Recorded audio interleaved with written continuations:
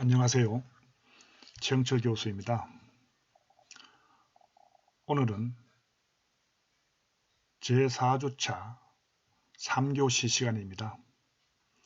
그러면은 지난 시간에 이어서 대인적 강제 처분에 들어가서 내용을 한번 살펴보는데요. 구속에 대해서 한번 살펴보도록 하겠습니다.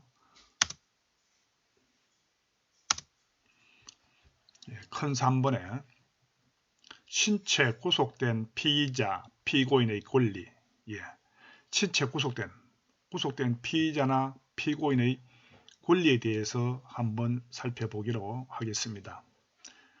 적은 1번에 접견교통권, 구속된 피의자나 피고인에게는 접견교통권이 있습니다. 이 접견교통권은요, 피의자나 피고인에게 주어진 권리입니다. 접견교통권의 내용에 들어가서 접견교통권이란 피의자 또는 피고인이 변호인이나 가족, 친지 등의 타인과 접견하고 서류 또는 물건을 수수하며 의사의 진료를 받는 권리를 말함. 그렇습니다. 신체 구속된 피의자나 피고인들은 경찰서 유치장에 있든지 아니면은 구치소에서 있다 하더라도, 신체 구속돼 가지고 있다 하더라도 접견 교통권이 있습니다. 그러면은 접견 교통권이나 무엇인가 하면은 그 구속돼 있으면서 변호인도 만날 수가 있고, 변호인과의 그 면회도 되는 거죠. 변호인과 면회도 되고 만날 수도 있고요. 그 다음에 가족하고도 면회가 됩니다. 친지 등 타인하고 이렇게 면회가 됩니다. 친구도 면회를 할 수 있고요. 접견이 허용됩니다. 또 변호인이나 가족, 친지 등과 만나면서 서류 또는 물건을 수수할 수 있어요. 받을 수 있고 줄 수도 있어요.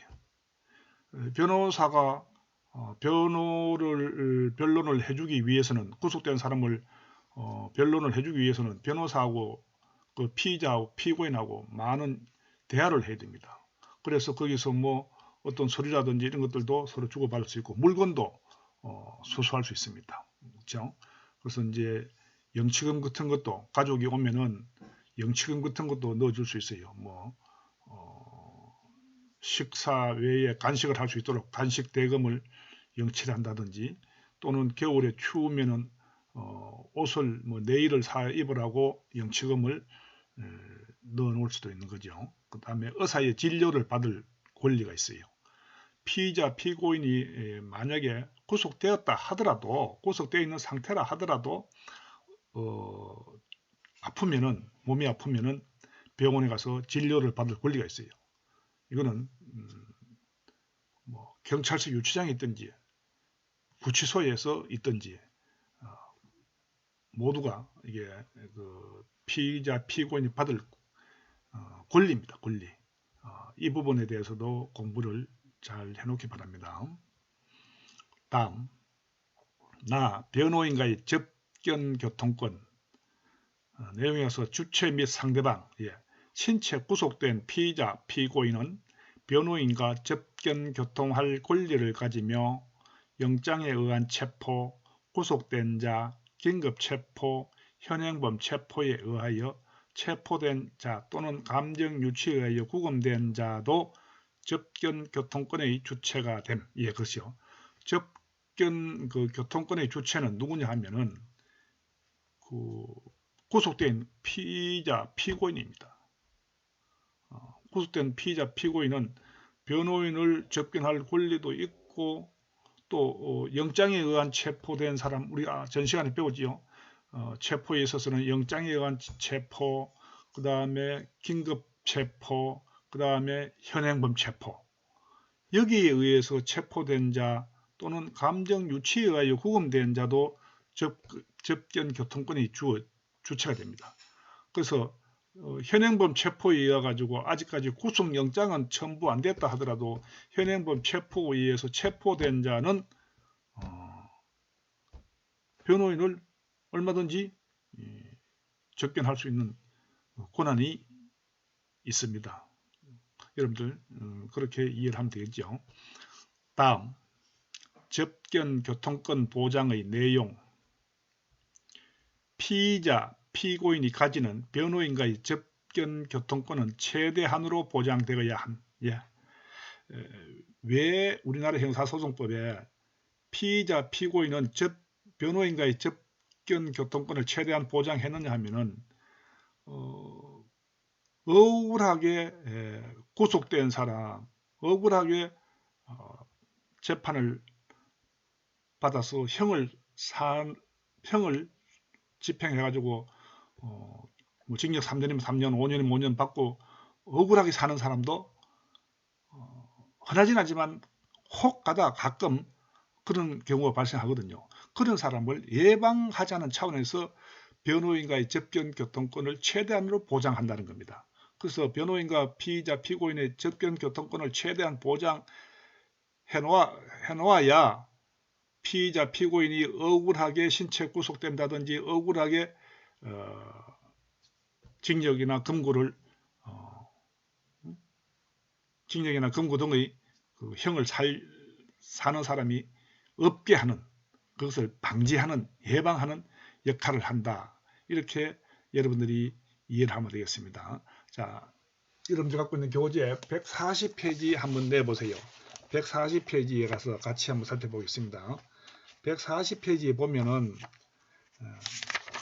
내용이 나와 있죠. 같이 한번 살펴보겠습니다.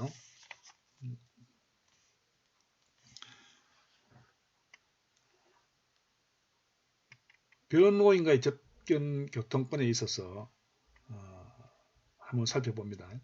주체 및 상대방, 신체 구속된 피의자, 피고인은 변호인과 접견 교통할 권리를 가진다. 영장에 의한 체포, 구속된 자는 물론이고 긴급체포, 현행범 체포에 의하여 체포된 자 또는 감정 유치에 의하여 구금된 자도 접견 교통의 주체가 되며 임의동행의 형식으로 연행된 피의자나 피내사자에 대하여도 변호인과의 접견 교통권이 인정된다. 그렇죠? 예. 임의동행 형식으로 경찰 관서에 와 있는 피의자나 피내사자에 대하여도 변호인의 접견 교통권이 인정됩니다. 그래서 우리가 앞에서 배웠습니다만 불신검문 해가지고 불신검문을 하는데 경찰 공무원이 불신검문을 하는데 그 자리에서 질문하는 것이 질문 받는 사람에게 불리하거나 아니면 교통에 방해가 된다라고 하면은 경찰 관서에 가서 질문을 임의동행, 물론 임의동행이죠. 임의동행해서 경찰 관서에 가서 질문을 받는데 그때도 이 질문 받는 사람은 변호인을 접할 변호인과의 접견이 보장됩니다. 그래서 변호인과의 접견 교통권이 보장된다는 거죠. 꼭 구속된 피의자, 피고인뿐만 아니라 불신검문 시에 경찰서 관서에 가서 질문 받을 때도 변호인과의 접견 교통권이 보장되어야 한다 하는 내용입니다. 접견 교통권의 상대방은 변호인 또는 변호인이 되리는 자이며, 그렇죠? 여기에는 특별 변호인도 포함된다. 또한 변호인 선임을 의뢰받는 자는 물론이고 스스로 변호인이 되고자 하는 자도 접견 교통권의 대상이 된다. 예, 그렇습니다. 그 다음에 접견 교통권 보장의 내용, 피의자, 피고인이 가지는 변호인과의 접견 교통권은 최대한으로 보장되어야 된다. 우리가 조금 전에 배웠죠. 그 다음에 가서 141페이지에 보면은 내용에서 같이 한번 살펴보겠습니다. 형사소송법은 피의자, 피고인과 변호인 사이의 접견 교통권을 제한하는 예외 규정을 두고 있지 않다. 예, 형사소송법에는 변호인 사이의 접견 교통권을 제한하지 않습니다. 최대한 보장하는 거죠.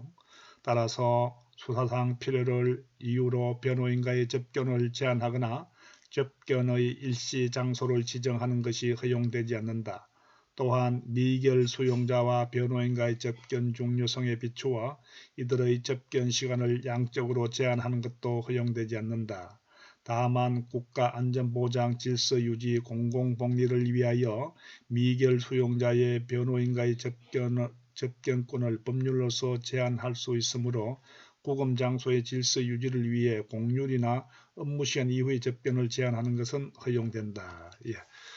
공휴일 이때 이제 제한한다 하는 내용인데요. 나머지 부분은 여러분들이 읽어보시기 바랍니다. 자, 다음 동영상 내용에 따라서 다음 페이지 한번 보겠습니다. 다 변호인 아닌 자와의 접견 교통권. 예. 변호인 아닌 자와의 접견 교통권. 그래서 그 체포나 구속된 피고인이 변호인 아닌 자와의 접견에 대해서 살펴보겠습니다. 체포 또는 구속된 피의자 또는 피고인은 법률의 범위 내에서 타인과 접견하고 서류 또는 물건을 수수하며 의사의 진료를 받을 수 있음. 요 앞에서 공부했죠. 예. 피의자, 피고인은 변호인도 접견할 수 있을 뿐만 아니라 변호인 아닌 자, 타인, 일반인도 되고 친구도 되고 뭐 부모도 되고 누구든 좋습니다. 접견할 수 있습니다. 또 서류 또는 물건을 수수할 수 있습니다. 그 다음에 의사의 진료를 받을 수도 있습니다. 이때 접견은 공범자는 제외, 공범자는 안 됩니다. 공범자하고 면회를 시키면은 그 유치장이나 그 구치소에 들어있는 피의자나 피고인하고 공범자와 같이 면회를 하게 되면은 접견을 하게 되면은 말을 맞춘다든지 공범자이기 때문에 재판에서 자기들에게 유리하도록 증거를 인멸한다든지 말을 맞추는다든지 이런 행위가 일어날 수 있기 때문에 공범자는 제외입니다. 그래서 변호인 아닌 자와의 접견 교통권은 다 보장되지만은 공범자는 제외된다는 거죠. 공범자는 접견할 수 없습니다. 이해되죠? 네. 다음 접견 교통권의 침해에 대한 구제입니다. 접견 교통권을 누가 방해했다든지 침해에 대해서 어떤 구제들이 있나 봅니다. 항고, 준항고, 법원의 접견 교통 제한 결정에 대하여 불복이 있는 때는 구금에 관한 결정으로서 보통 항고를 할 수 있고 검사 또는 사법경찰관이 접견 교통권을 침해한 경우에는 구금에 관한 처분으로서 준항고에 의하여 취소 또는 변경을 청구할 수 있습니다. 그렇죠. 사법경찰관이 피의자나 피고인의 접견 교통권을 침해한 경우에는 준항고에 의해서 취소 또는 변경을 요구할 수 있습니다. 청구할 수 있습니다. 그죠? 여기서 항고라고 하는 것은 뭐냐 하면은 항고는 결정에 대한 상소를 말하는 것으로 여기에는 일반 항고와 이제 재항고가 있는데요. 일반 항고는 또 보통 항고와 적시 항고로 나눌 수가 있습니다. 보통 항고는 특별히 적시 항고를 할 수 있다는 뜻의 규정이 없는 경우에 널리 법원이 행한 결정에 대하여 인정되는 항고가 보통 항고입니다. 여러분들 이렇게 있다는 것만 알면 되겠습니다. 예. 그 다음에 동영상 내용에 따라서 증거 능력의 배제입니다. 증거 능력의 배제. 증거 능력의 배제. 접견 교통권을 침해한 상태에서 이루어진 피의자, 피고인의 자백이나 진술은 증거 능력이 부정됨. 예, 그렇습니다.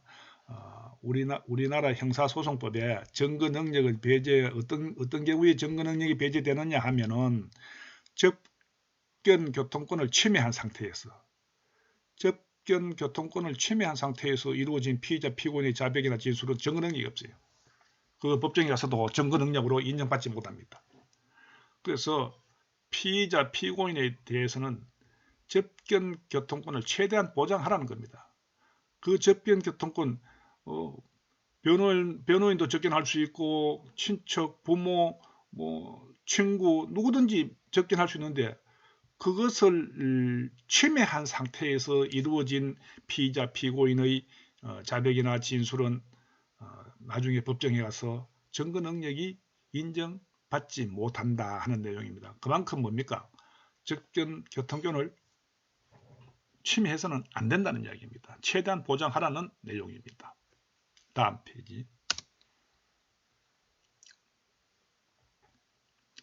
이 체포 구속 적부심사제도 가의 체포 구속 적부심사제도란 체포 또는 구속된 피의자에 대하여 법원이 체포 또는 구속의 적법 여부와 그 계속의 필요성 여부를 심사하여 피의자를 석방하는 제도를 말합니다.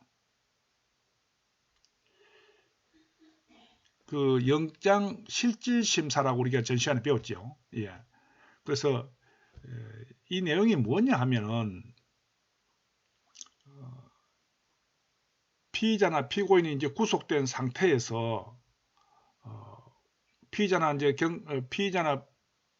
피의자들이 경찰서나 아니면은 검찰에 체포대가 왔을 때 그러면 사법경찰관이나 검사가 이 범죄자에 대해서 구속영장을 청구한다고 제가 말씀드렸죠. 구속영장 청구는 검사가 법관에게 판사에게 구속영장을 청구하는 겁니다. 사법경찰관은 누구를 통해서? 검사를 통해서. 사법경찰관은 법관에게 직통으로 영장 청구를 할 수 없다 그랬죠. 그러면은 사법경찰관은 반드시 검사에게 영장 청구를 합니다. 그러면은 그 사법경찰관으로부터 받은 그 영장 청구를 검사가 법원에 다시 또 영장 청구를 하는 겁니다.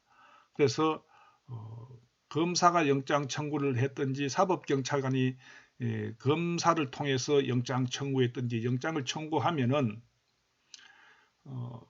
법원의 법관 즉 판사는 그 범죄자에 대해서 구속영장을 발부할 것인가 말 것인가를 결정을 해야 되는데 그때 영장 청구서만 보아서는 안 된다 해서 영장 실질심사입니다. 그 피의자도 법원에 참석시켜 가지고 피의자의 의견도 청취를 한 다음에 종합적으로 판단해서 구속영장을 발부하든지 구속영장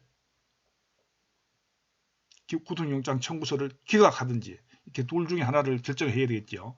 그래서 영장실질심사는 그만큼 범죄자, 피의자에 대해서 구속함에 있어서 신중하다는 겁니다. 양쪽의 검사 측의 이야기와 피의자 측의 이야기를 다 들어보고 구속 여부를 결정하는 것이 영장실질심사입니다. 영장실질심사에 의해서 구속되었다 하더라도 구속된 피의자가 나는 그래도 억울하다. 한 번 더 그 구속 적부심사를 해다오. 한 번 더 논의를 해다오. 내가 구속영장이 발부돼 가지고 구속되어 있지만 나는 억울하다. 라고 해서 억울하다고 판단될 때는 구속적부심사 제도를 청구를 하는 겁니다. 구속적부심사를 청구를 해가지고 그때 구속적부심사를 청구해가지고 법원에 가서 판사 앞에 가서 자기 할 말을 나는 범인이 아니다라고 딱 이야기를 했을 때 그때 타당성이 있으면은 법원 판사가 석방하는 겁니다. 석방할 수도 있죠. 그러면 그 구속적부심사 제도를 청구를 했지만은 타당성이 없다라고 판단되면은 판사가 결정하면은 그대로 구속되는 겁니다. 그러나 이 구속된 것은 좀 잘못됐다라고 판단되면은 판사가 그 피의자를 심사해 가지고 석방시키는 겁니다. 석방시키는 제도를 구속적부심사제도라 한다. 이 제도는 왜 두느냐?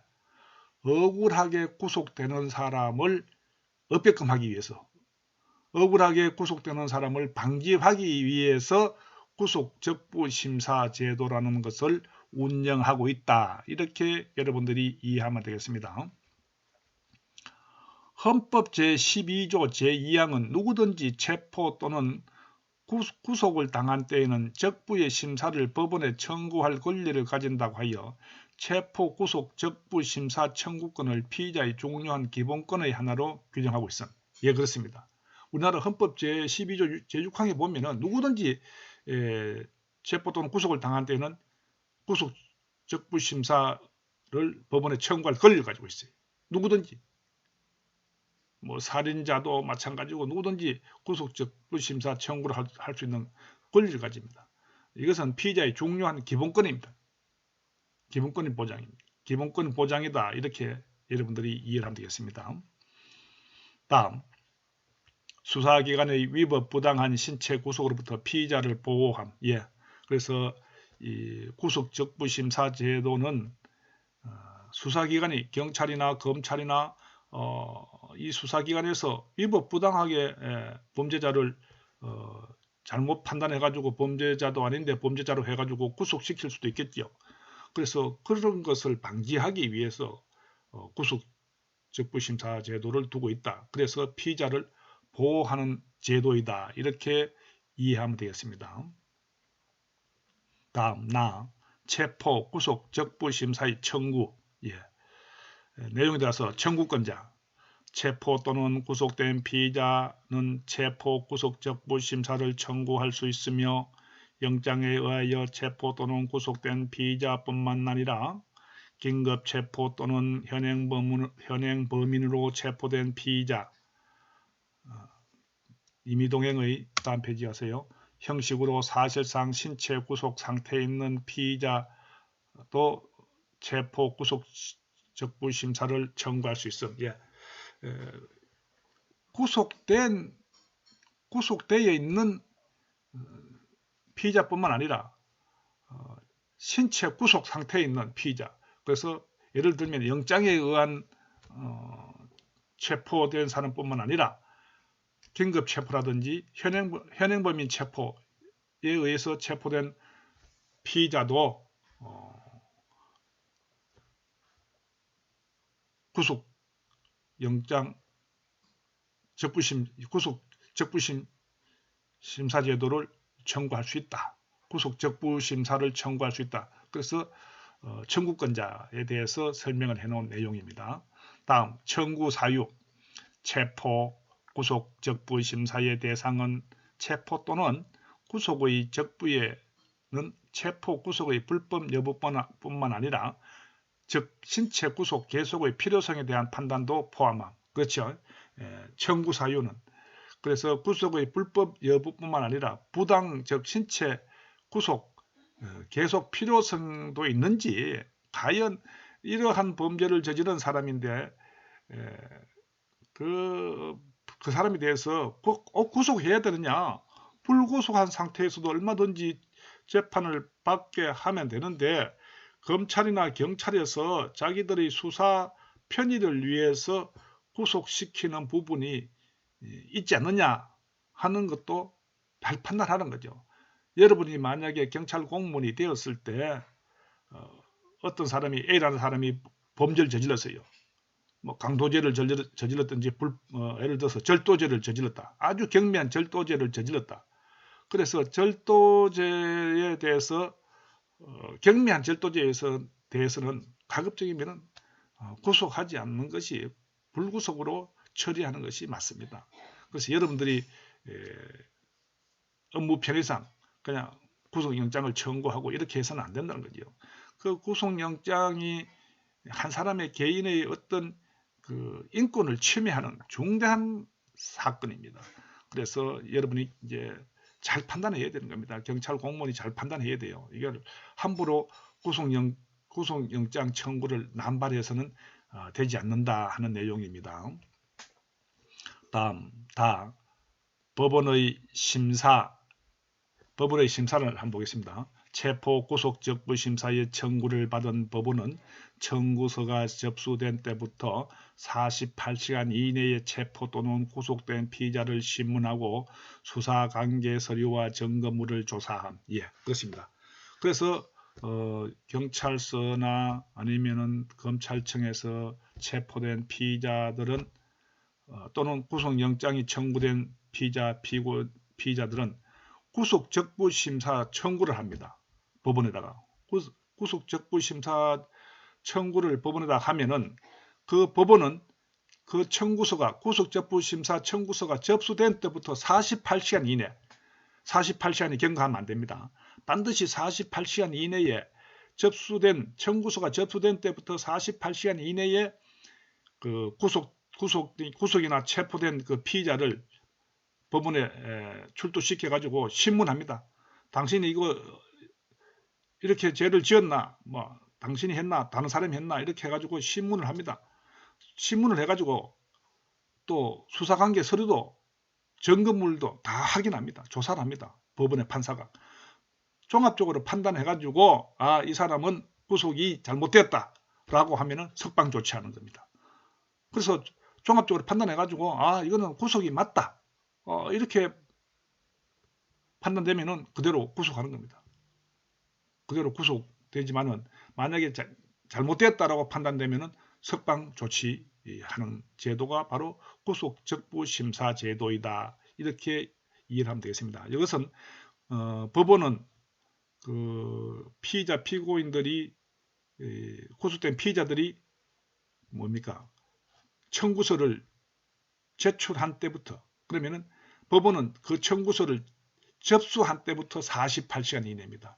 이게 48시간 뭐 50시간 60시간 이렇게 경과에서는 심사하면 안 됩니다. 이거는 법원의 잘못이죠. 그래서 반드시 법으로 정해놨어요. 48시간 이내에 조사하라고 신문하고 피의자를 신문하고 수사관계 서류와 증거물을 조사하라고 형사소송법에 규정되어 있는 내용입니다. 다음 법원의 결정. 법원은 체포 또는 구속된 피의자에 대한 신문이 종료한 때부터 24시간 이내에 체포, 구속, 적부, 심사, 청구에 대한 결정을 하여야 함. 예, 그렇습니다. 법원은 이제 결정합니다. 위에서 봤지요. 피의자들이 체포 또는 구속된 피의자들이 구속적부심사 청구서를 접수를 하면은 법원은 그 청구서를 접수받은 때부터 48시간 이내에 피의자를 신문하고 수사관계 서류의 증거물을 조사해야 돼요. 조사를 해가지고 법원은 그 신문이 종료한 때부터 피의자 관계 서류와 증거물을 조사하고 피의자를 신문하고 이런 것들이 다 종료되면 마치면은 그때부터 24시간 이내에 체포, 구속 적부심사 청구에 대한 결정을 해야 돼요. 그대로 구속 존치를 하든지 아니면은 석방 결정을 내리든지 둘 중에 하나를 해야 됩니다. 그래서 24시간 이내에 신문이 종료된 때부터 24시간 이내에 체포, 구속 적부심사 청구에 대한 결정을 해야 한다 하는 내용입니다. 다음 페이지.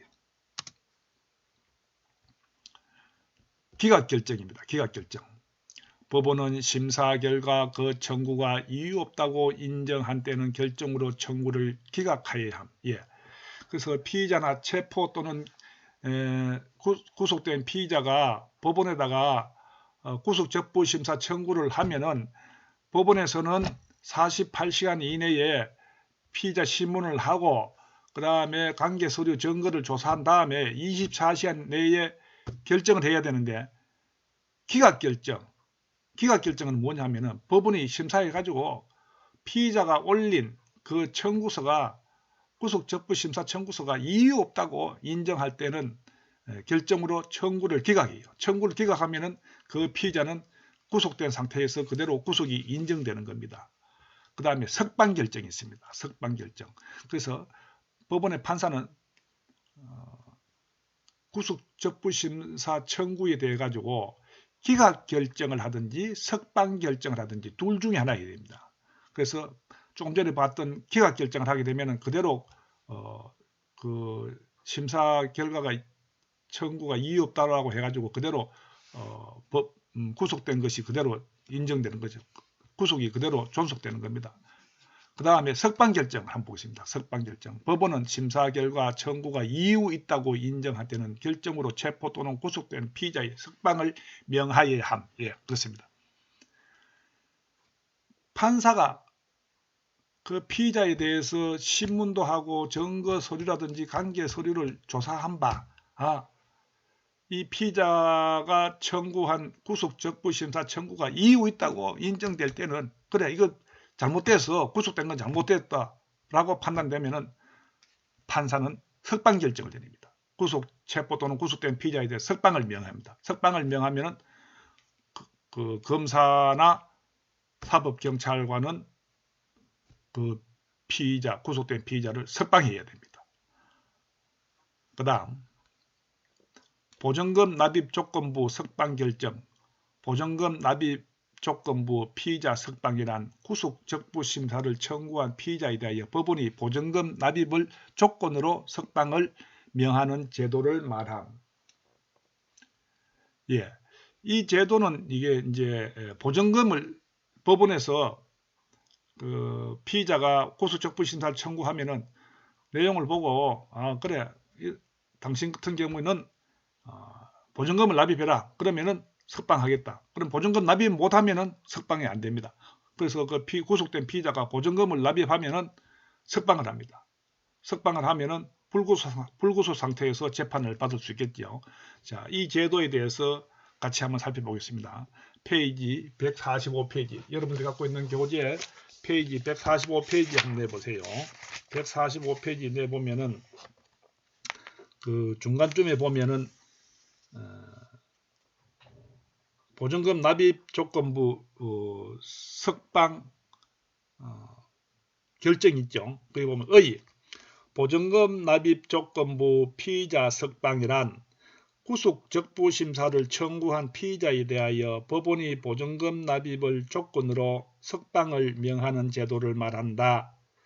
이 제도는 기본적으로 보석 제도를 피의자에게 확대한 것으로 기소 전 수사 절차에서 피의자 신체의 자유를 보장하고 방어권을 보장하기 위한 것이라 할 수 있다.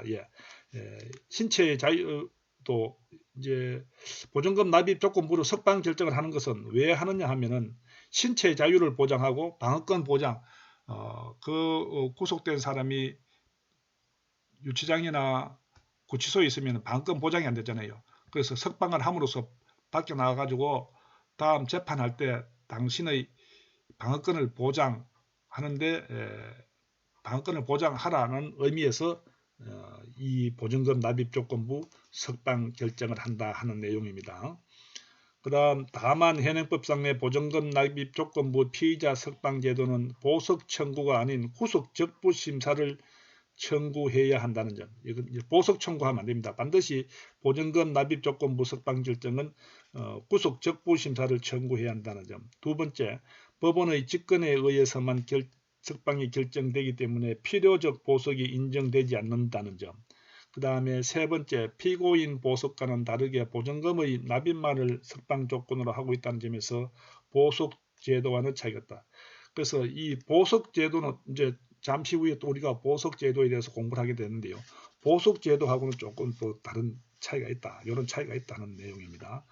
그 다음에 내용에 가서 한번 봅니다. 법원은 구속 적부 심사를 청구한 구속된 피의자에 대하여 그의 출석을 보정할 만한 보증금의 납입을 조건으로 하여 결정으로 석방을 명할 수 있다. 다만 법원은 피의자에게 재정을 인멸할 염려가 있다고 믿을 만한 충분한 이유가 있는 때, 이때 이제 재정을 인멸할 염려가 있다고 충분한 이유가 있는데 피해자 당해 사건 재판에 필요한 사실을 알고 있다고 인정되는 자 또는 그 친족의 생명, 신체나 재산에 해를 가하거나 가할 염려가 있다고 믿을 만한 충분한 이유가 있는 때는 보증금 납입 조건으로 피의자의 석방을 명할 수 없다. 이렇게 했죠. 그래서 이 보증금 납입 조건부 석방 결정에 있어서 재정을 인멸할 염려가 있다고 할 때는 보증금 납입 조건부 석방 결정을 하지 않습니다. 할 수 없습니다. 또 그 다음에 두 번째 보면은 피해자 당해 사건의 재판에 필요한 사실을 알고 있다고 인정되는 자 또는 그 친족의 생명, 신체 재산에 이거는 이제 피해자의 예를 들면 피해자겠죠. 피해자의 그 어떤 생명, 친족의 생명이나 신체, 재산에 해를 가할 우려가 있다고 판단되면은 보증금 납입 조건부 석방 결정을 하면 안 됩니다.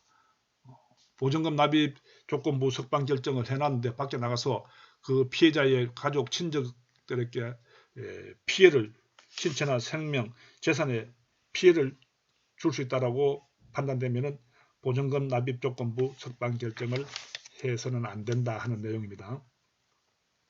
그 다음에 그게 하나, 둘, 셋, 네 번째 보면은 보증금 납입 조건으로 석방된 피의자가 도망한 때, 두 번째 도망하거나 재정을 인멸할 염려가 있다고 믿을 만한 충분한 이유가 있는 때, 3. 출석 요구를 받고 정당한 이유 없이 출석하지 아니한 때, 4. 주거의 제한 기타 법원이 정한 조건을 위반한 때를 제외한 동일한 범죄 사건의 피의자를 재차 체포 또는 구속하지 못한다 하는 내용입니다. 그 다음에 법원은 보증금 납입 조건으로 석방된 피의자를 재구속 제한의 예외 사유에 해당함을 이유로 재차 구속할 때, 이 보증금 납입을 조건으로 석방된 피의자에 대하여 공소 제기된 후 법원이 동일한 범죄 사실에 관하여 피고인을 재차 구속할 때에는 납입된 보증금의 전부 또는 일부를 몰취할 수 있다. 이렇게 되어 있습니다. 그죠? 예. 그래서 나머지 부분은 여러분들이 한번 읽어보시고요. 자, 석방 결정에 대해서 우리가 한번 살펴봤습니다. 그 다음에 보증금 납입 조건부 석방이죠. 예, 보증금 납입 조건부 석방 결정에 대해서 우리가 알아봤습니다. 여기서 이제 동영상에 나와 있는 내용으로는 부족하기 때문에 제가 교재의 145페이지에 대해서 한번 같이 살펴봤습니다. 다음 이제 보석입니다. 보석하고 보증금 납입 조건부 석방 결정하고는 다르다고 이야기했죠. 보석입니다. 보석의 의, 보석이란 일정한 보증금의 납부 조건으로 구속의 집행을 정지하여 구속된 피고인을 석방하는 제도를 말합니다. 이 제도도 보석도 이건 이제 보증금 돈을 내는 겁니다. 돈을 맡겨놓고 돈을 내면은 뭐 구속된 사람이 석방되는 겁니다. 그래서 석방돼 가지고 불구속 상태에서 재판을 받게 되는 거죠. 그래서 일정한 보증금 그 보증금은 액수는 여러 층이 있어요. 100만 원, 1000만 원, 1억, 2억 이렇게 보증금을 납부를 하면은 석방되는 제도입니다. 보석은. 그 다음에 내용을 보면 보석은 구속영장의 효력을 유지시키면서 구속의 집행만을 정지시키는 제도라는 점에서 구속영장을 전면적으로 실효시키는 구속의 취소와 다름. 예, 그렇습니다. 이 보석이라고 하는 것은 구속영장의 효력은 그대로 유지해요. 유지하지만은 석방된다는 말은 뭡니까? 구속의 집행만을 정지시키는 겁니다. 집행을 하지 않아요. 구속영장의 효력은 유지시키면서 그대로 있지만은 구속의 집행은 정지된 상태입니다. 왜? 집에 가기 때문에. 구속의 집행이 정지 안 되고 집행이 되려고 하면은 유치장이나 경찰서의 유치장이나 그 구치소에서 있어야 거기 집행되는 건데 그 집행되지 않고 집에 가는 것은 집행이 정지시키는 제도라는 점에서 구속영장을 전면적으로 실효시키는 것은 완전히 석방되는 거죠. 완전히 구속영장의 효력이 상실되는 겁니다. 구속영장의 효력이 상실되는 거하고는 구속의 취소는 구속영장이 상실되지만은 보석은 구속영장의 효력이 상실되는 것이 아니라 구속영장의 효력이 유지된다 하는 측면에서 차이가 있습니다. 보석하고 구속 취소하고 차이가 있습니다. 다음 페이지. 그 다음에 보석의 종류입니다. 보석의 종류. 보석에는 필요적 보석과 임의적 보석이 있는데요. 같이 한번 보겠습니다. 필요적 보석. 필요적 보석이란 일정한 제외 사유에 해당하지 않는 법원이 보석을 허가해야 할 의무를 지는 보석을 말함. 예, 그렇습니다. 필요적 보석이라고 하는 것은 일정한 제외 사유에 해당하지 않는 한 법원이 보석을 허가해야 할 의무를 지는 것입니다. 법원이 이 보석을 허가해야 할 의무를 지는 것을 필요적 보석이란다. 임의적 보석, 필요적 보석의 제외 사유에 해당하는 경우에도 법원은 상당한 이유가 있는 때는 직권 또는 보석 청구권자의 청구에 의하여 보석을 결정으로 보석을 허가할 수 있음. 예, 요거는 법원이 직권 또는 보석 청구권자의 청구에 의해서 결정으로서 보석을 허가한다는 것이 바로 임의적 보석이다. 이렇게 이해를 하면 되겠습니다. 다음 보석의 절차. 보석 청구권자는 피고인, 변호인, 법정대리인, 배우자, 직계 친족, 형제, 자매, 가족, 동거인 또는 고용주이며 보석은 청구권자의 청구에 의한 것이 원칙이나 상당한 이유가 있는 때는 법원이 직권으로 보석을 허가할 수도 있음. 예. 보석 청구권자는 우리가 내용에서 살펴봤죠. 많지요. 피고인, 변호인, 법정대리인, 배우자, 직계 친족, 형제, 자매, 가족, 동거인, 고용주까지 다 됩니다. 이런 사람들이 모두 보석 청구권자입니다. 그래서 보석은 보석 청구권자의 청구에 의해서 이루어지는 것이 원칙이지만 보석에 대해서 상당한 이유가 있는 때는 법원이 보석 청구권자들의 청구가 없어도 법원이 직권으로 보석을 허가할 수도 있다 하는 내용입니다. 다음, 보석 청구는 공소 제기 후 재판의 확정 전까지는 신급을 불문하고 할 수 있으며 상소 기간에도 가능함. 예, 그렇습니다. 보석의 청구는 공소 제기 후에서 재판이 확정되기 전까지, 재판이 확정, 1심에서 확정될란지 2심에서 확정될란지 3심에서 확정될란지는 모르지만은 재판이 확정될 때까지, 그때까지 신급을 불문합니다. 1심 재판 받고 또 2심 가기 전에도 보석 청구할 수 있어요. 그래서 신급을 1심, 2심 이거 신급을 불문하고 언제든지 재판이 형이 확정되기 전까지는 상소기간 중에도 뭘 할 수 있다? 보석 청구를 할 수 있다는 내용입니다. 내용에 가서 148페이지 한번 볼까요? 여러분들 교재 148페이지. 여기 보면은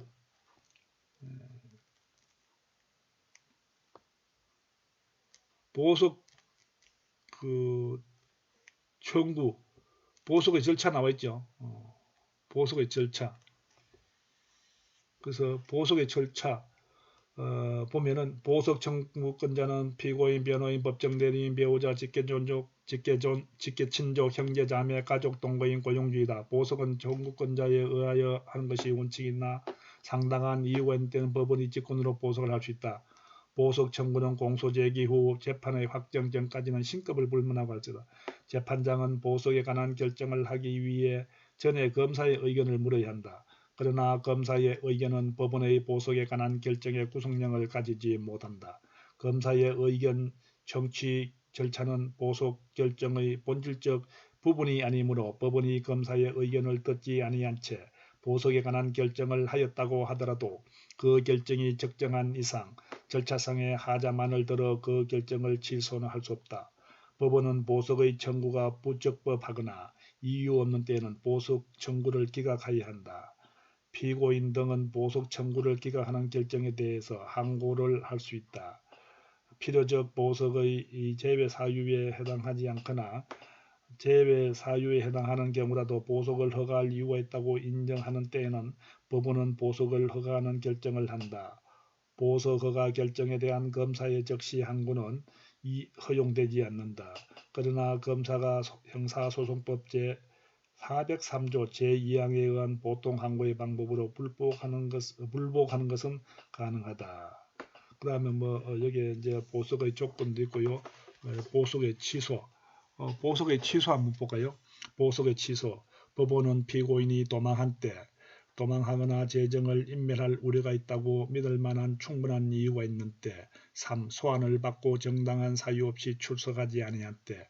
4. 피해자 당해 사건의 재판에 필요한 사실을 알고 있다고 인정되는 자 또는 그 친족의 생명, 신체, 재산에 해를 가하거나 가할 염려가 있다고 믿을 만한 충분한 이유가 있는 때. 5. 법원이 정한 조건을 위반한 때는 직권 또는 검사의 청구에 의하여 보석을 취소할 수 있다. 요 이제 149페이지 보석의 취소.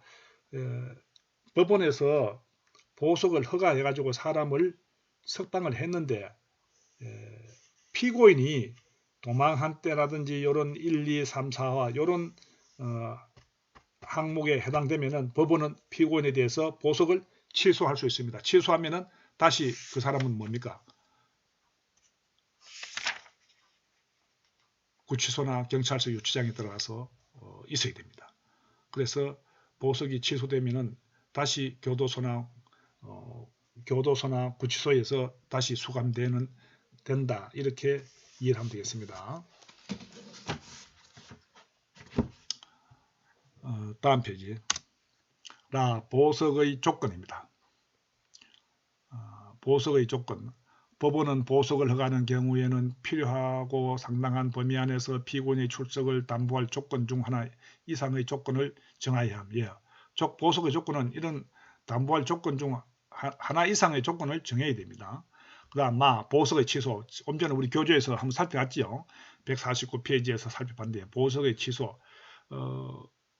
법원이 A라는 사람에 대해서 이제 구속된 사람을 보석으로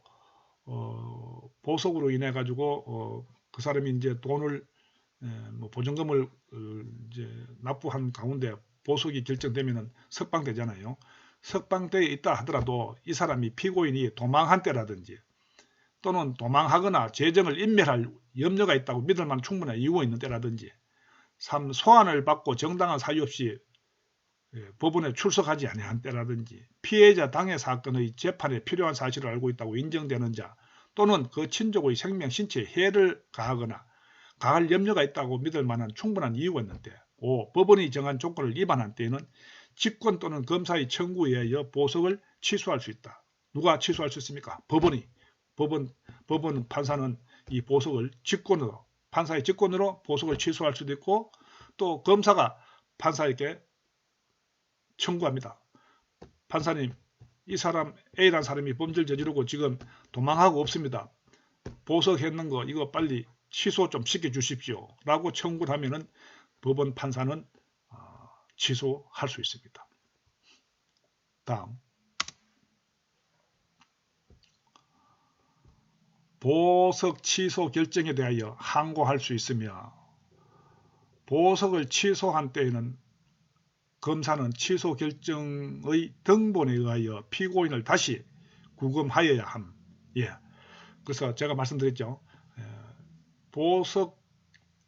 보석으로 인해 가지고 석방된 사람이 도주를 한다든지 다른 아까 5가지 항목이 있었죠. 거기에 해당되면은 판사가 법원이 직권으로 하든지 아니면은 검사의 청구에 의해서 보석 취소 결정을 할 수 있습니다. 보석 취소 결정이 되면은 검사는 그 보석 취소 결정의 등본에 의해서 피고인을 다시 구금합니다. 다시 교도소나 유치장으로 교도소나 구치소로 다시 구금해야 한다 하는 내용입니다. 다음 보증금 또는 담보의 몰취 및 환부입니다. 법원은 보석을 취소한 때에는 직권 또는 검사의 청구에 따라 결정으로 보증금 또는 담보의 전부 또는 일부를 몰취할 수 있음. 그 보석될 때 뭡니까? 보석할 때 보증금 납부한다 그랬어요? 안 한다 그랬어요? 보증금 납부한다 그랬죠? 보증금 납부합니다. 납부해 놓으면은 보석을 취소한 때에는 납부했는 보증금에 대해서 보증금 또는 담보의 전부 또는 일부를 전부 다 할 수도 있고 일부를 몰취할 수 있다 하는 내용입니다. 자, 몰취는 뭐냐 하면은 법원이 일정한 물건의 소유권을 박탈하여 국가에 기속시키는 결정을 몰취라고 합니다. 그래서 법원은 그 보석을 허가했다가 이 사람이 석방됐는데 나중에 뭐 도망할 염려가 있다든지 이렇게 해가지고 보석을 취소한 경우에는